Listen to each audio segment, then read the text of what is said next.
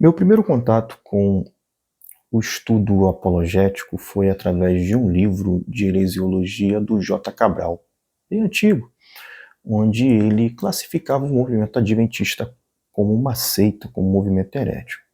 O tempo passou, a igreja adventista foi se desenvolvendo no Brasil, nos meios culturais, sociais, artísticos, acadêmicos e teológicos. E hoje nós observamos grandes representantes aí do adventismo, né?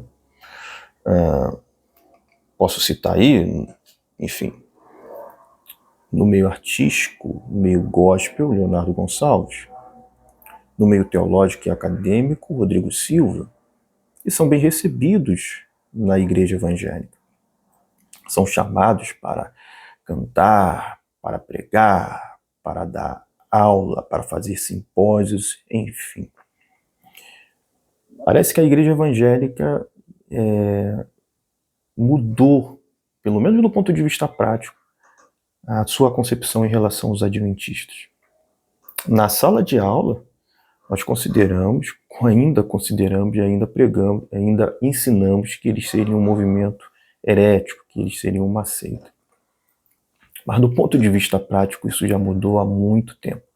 Não somente entre os leigos, mas também entre os pastores, os teólogos e os acadêmicos. De natureza que nós observamos César Cavalcante sentando com Rodrigo Silva e falando sobre teologia como se fossem irmãos. Irmãos, de fato. Nós observamos algo inusitado. O Rodrigo Silva, num programa de uma rádio das Assembleias de Deus, conversando no mesmo pé de igualdade como se os adventistas fizessem parte da comunidade evangélica. De fato, do ponto de vista prático, eles já são evangélicos. Pelo menos dentro do espectro evangélico, eles são um movimento tolerável. Ou seja, os evangélicos estão tolerando os adventistas, não obstante os seus pressupostos teológicos um tanto estreúnicos para nós. A grande questão é o seguinte: nós estamos mudando a nossa concepção em relação aos adventistas, e aí há várias explicações culturais, sociais, políticas, por que não? Mas será que os adventistas estão mudando a concepção que eles têm ao nosso respeito? Bem, eu acredito que não. E ao ver ali o debate ali do César Cavalcante, para mim isso ficou cada vez mais claro. Então, o que observo? Na sala de aula, seu professor de heresiologia, ou de seitas e heresias, ou de apologética cristã, vai dizer o seguinte: não, a igreja adventista é uma seita. Mas, quando ele tiver que chamar alguém para um congresso sobre apologética cristã, ele vai chamar o Rodrigo Silva para falar sobre apologética cristã para você. O mesmo professor que disse lá na sala de aula que os adventistas seriam um movimento herético, que seria, no caso aí, uma seita. Não parece contraditório? Enfim.